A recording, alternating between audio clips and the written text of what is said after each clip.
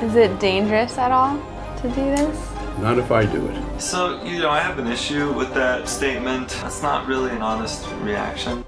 Hey everybody, Dr. Gary Linkov here of City Facial Plastics in New York City. I'm a facial plastic surgeon and a hair restoration surgeon, and today I wanted to do a reaction video to BuzzFeed's video on women who get lip injections for the first time. If you like the video, make sure to like, comment, and subscribe to my channel, please. Thanks so much. Alright, here we go.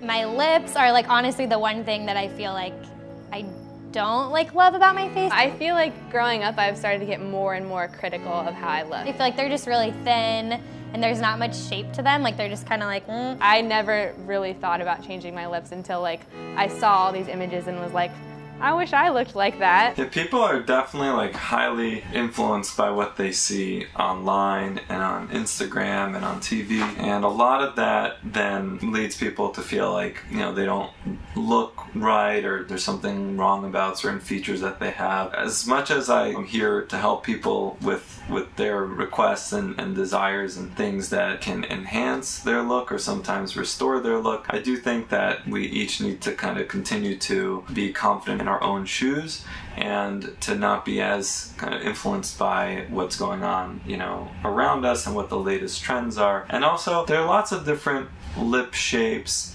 and different degrees of fullness. There's a lot that goes into how someone's lips look. It's not just about adding more volume or less volume. Shape plays a big role, and it's also how the lip looks proportion to everything else on the face, and really how it looks relative to how the person is in terms of their height, their overall size. It's not just the face in isolation. It's kind of like you have to take the person as a whole. And also personality, I think, plays a big role. Usually bigger lips sort of are a louder statement, and that goes well with people with a certain type of personality. There's a lot that gets factored in when I'm looking at someone's lips and they're saying, oh, I don't like this. It's important to analyze what it is that is maybe throwing things off and seeing how to best help them. I'm Dr. Andre Berger, and we're at Rejuve Vitality Institute in Beverly Hills, California, the mecca of aesthetic medicine. I don't know this doctor. I'm here on the East Coast, and there are many doctors out there who do lip injections. We all come from different backgrounds, so I'm not sure if this doctor is a plastic surgeon, facial plastic surgeon, ocular plastic surgeon, dermatologist, general practitioner, ER doctor. There are all types of backgrounds, and I think it has some influence on how people inject, and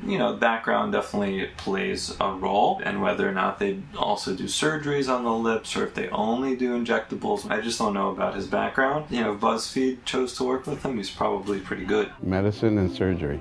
We've got two really pretty girls here today, and they would like to just give a little more enhancement to their already beautiful lips. They do a nice job in this office from what I can see, and trying to take standardized photos. It's really hard to have really good photography before and after. If your photos are junky, and if the lighting is completely off from before to the after, you don't have a consistent background, which, again, I know a lot of people try, and it's just really hard to kind of have that consistency. I know myself, I just recently changed around my photo setup, so of course there are going to be some differences when I compare to photos of the same person that I took in my old photo setup, but I think we all have to try at least, so you can really see the effect of the procedure that you did for the person. Yeah, I want them to be bigger. Okay, so what we have to do is we want to give you more volume, but we want to match your face too. So what we're going to try and do is give you a really pretty enhancement, but you already have pretty lips, so we're just try to make them a little more pretty. So far, I'm just hearing him saying that he's going to be giving them bigger, more beautiful lips. I'm not really hearing any of the technicalities like we were talking about earlier with the shape of the lip, with which areas are going to be more defined, and maybe, they talked about this off camera, or maybe he doesn't want to inundate them with details. I'm not sure, but I find it helpful to really discuss the nuances with my patients to really understand what type of look they're going for, because then that dictates how I actually do my injections. In your case, however, the difference is your philtrum is kind of a little bit flat. So we want to enhance the Cupid's bow and give you a little more of a philtrum. The idea of enhancing the philtrum is very tricky to do. It's really hard to do with surgery. I have done it on occasion, but that's also very hard. But it's really, really difficult to achieve that with filler. And once you start to inject filler into this cutaneous or white portion of the lip, you end up sometimes with a lot of distortion, and the filler can migrate more in that area. And then people just have this kind of fullness there that ends up not being too attractive and needs to be dissolved. So it's really, really hard to recreate like philtral columns with filler. And the main reason is that when you put filler in, you create this three-dimensionality. But what really creates a nice philtrum in people, or what is a nice philtrum, is when you have that central depression. That's not so much that the philtral columns are standing up tall, it's that you have that nice central depression. And the same thing with the Cupid's bow. You can make some filler nuance changes, but surgically it's very, very difficult, if not impossible. Corners of her mouth are kind of down, and she's starting to have some marionette lines that are coming into view. When the structure of the sides of the lips like just isn't quite there and it's starting to sink, you're limited in what you can create with lip filler unless you're also addressing that structural component on the side. So that's something to think about. It's better to address it before putting filler directly into the lips themselves. Is it dangerous at all to do this? Not if I do it. So, I have an issue with that statement. If someone's asking, is it dangerous? The doctor's saying, not when I do it. That's not really an honest reaction, I think, because every filler injection has its risks on the face. And the most dangerous risk is vascular occlusion. I talk about this in some of my other videos. But the idea is if you get the filler into a blood vessel, you can block it up and cause problems with the quality of the skin. You can actually lose some skin, theoretically. And then that blockage can sometimes migrate into more central vessels, and in very, very rare cases cause something like blindness. So to not discuss that with the patient before the procedure, I think, is not doing them, a fair service. It's not meant to scare the person, but it's meant to be honest about risks. And so that, I think, should at least be mentioned to patients.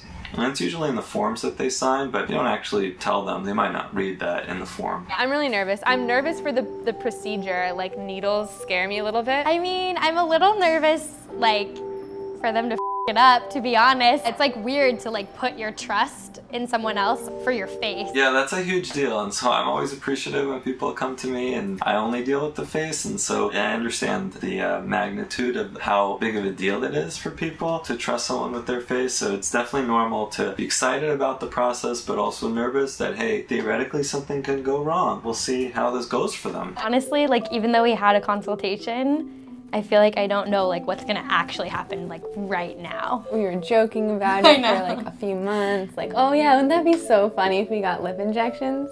And now it's like the moment is literally here right now.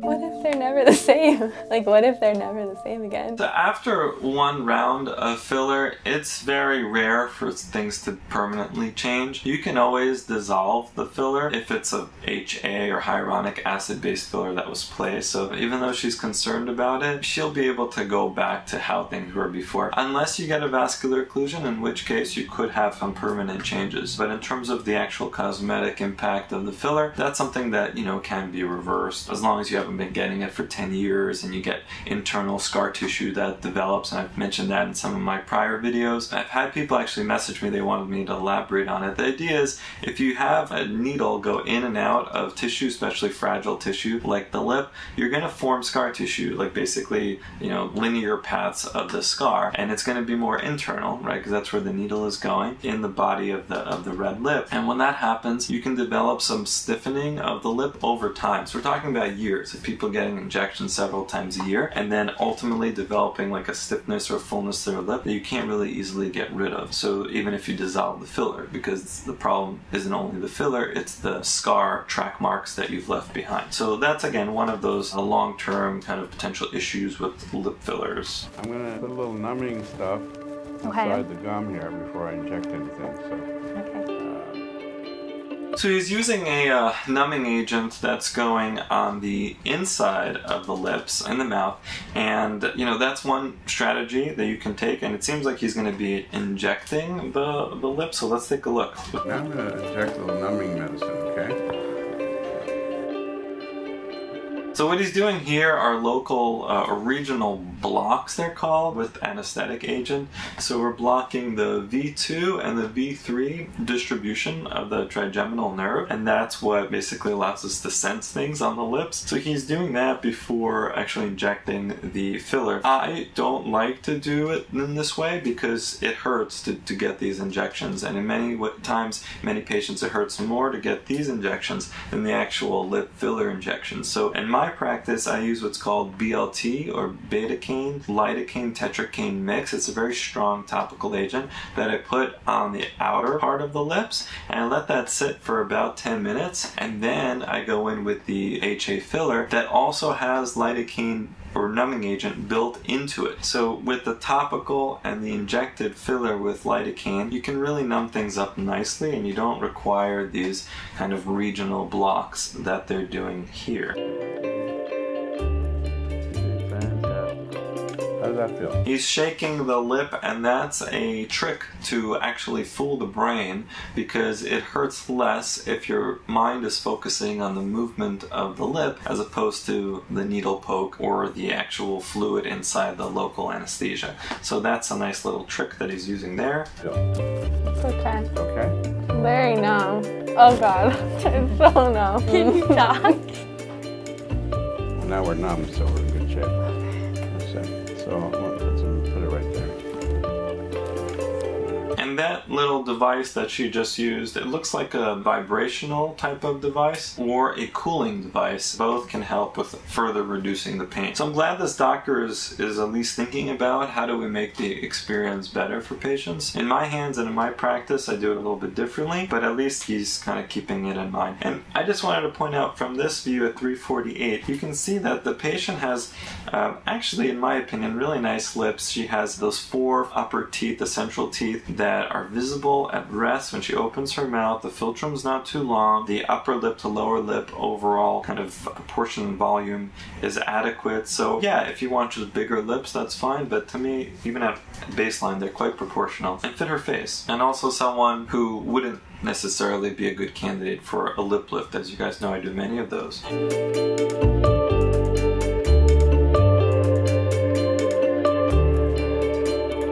So just a comment on the injection angle. So when I inject the lip, I'm going very superficial, meaning right under the actual mucosa or the skin of the lip, right underneath and pretty parallel to it, because I don't want to get filler deeper into the muscle and the blood vessels, though that would be bad. So my angle is a little bit different for safety purposes. And also, if you get filler into the deeper muscle, you can get a nodularity that builds up, and that is more difficult to treat.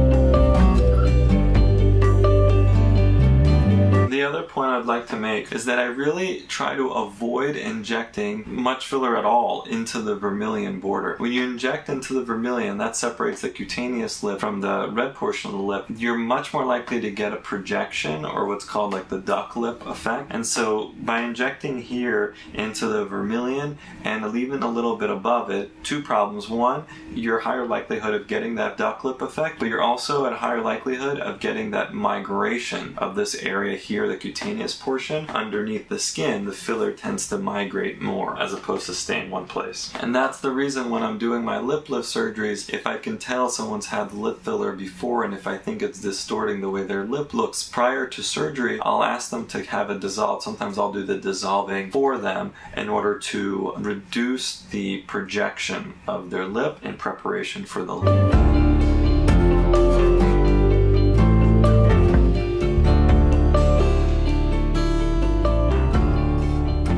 Done? It's done.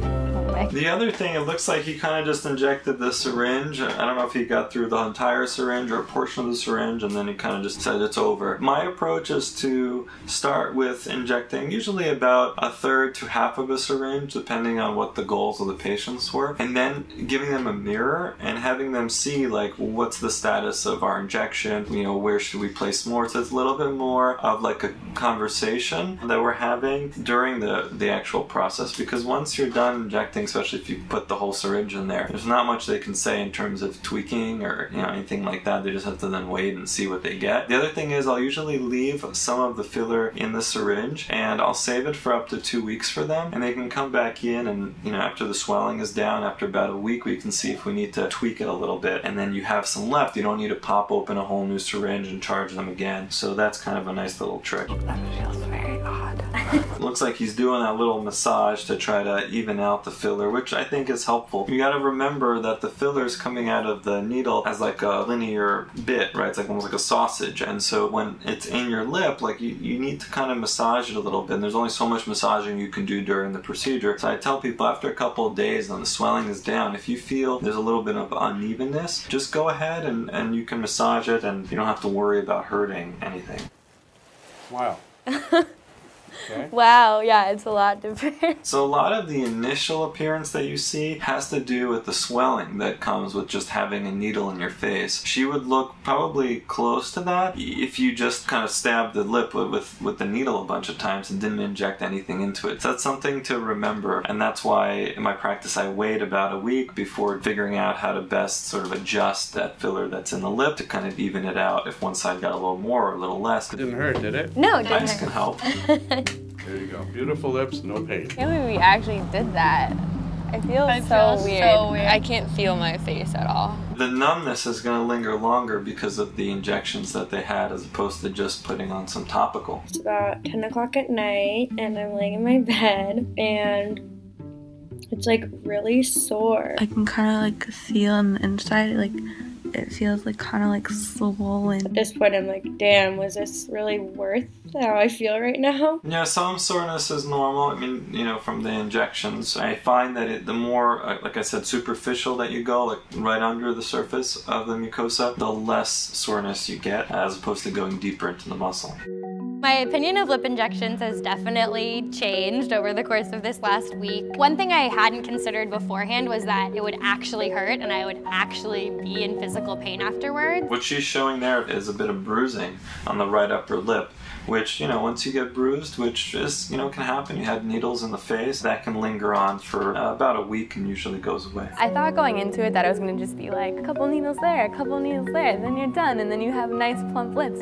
But it was actually like this whole thing. Now I know that it's a lot more serious and it's not something that you should take lightly. After they numbed my lips, I had this moment where I was just sitting there and I thought, what did I get myself into? The numbing process that he went through and some other doctors put their patients through is definitely like kind of a whole ordeal, and it adds more time to the overall procedure. I don't find that it's necessary, so I think their experience would have been more different had they not received those injections. You can do this with very minimal discomfort without doing those initial injections of lidocaine. We talk about celebrities and like, oh, she got her lips done, and we don't really talk about the fact that they're actual people and they actually had to go into the doctor's office, get needles in their face. I probably wouldn't do it again just because the whole thing was so involved. I feel like I'm really 50-50 on if I would or not. I actually like it and I'm getting more used to it. I'm looking at this before and after here. Again, it's a little bit not perfectly aligned in terms of the before and after. Even if you look at the nose, there's a bit of a difference in the size of it and the clarity is a bit off, so it's hard to judge. But, you know, you can see a little bit more fullness, especially, you know, actually both upper and lower lip. It's not bad. It's not a bad shape. I do want to point out that the corners are kind of still down. I think can use a little bit more support with filler, but overall it's not a bad outcome. But again, people have to ask themselves, is it worth the cost of getting this several times a year? Is it worth worth the sort of discomfort that some people experience, and also the potential risks that, you know, filler intrinsically carries in the face. In my practice, I'm always at least discussing the option of a upper lip lift with patients, and for many, they choose to go down that route despite some of the drawbacks of that surgery. For some, is still the better option for a kind of long-term effect, and really even from a cost analysis perspective. It has to be because you want it, not because of what other people are going to say or think about it. I agree. I think that really with any cosmetic changes, especially on the face, you have to be doing it just because you want it, not because a significant other told you or because some life event change, and all of a sudden, you know, you decide that someone else might react differently to you because you had it done. I really think it should be an internal thing, and those are usually the happiest patients. So yeah, those are some of my thoughts on these two young women who received lip injections for the first time. Hopefully you guys enjoyed that reaction. Again, if you like the content, please like, comment, and subscribe to the channel, and let me know what you'd like to hear about next. Once again, my practice is City Facial Plastics in Manhattan. Check me out. See you guys.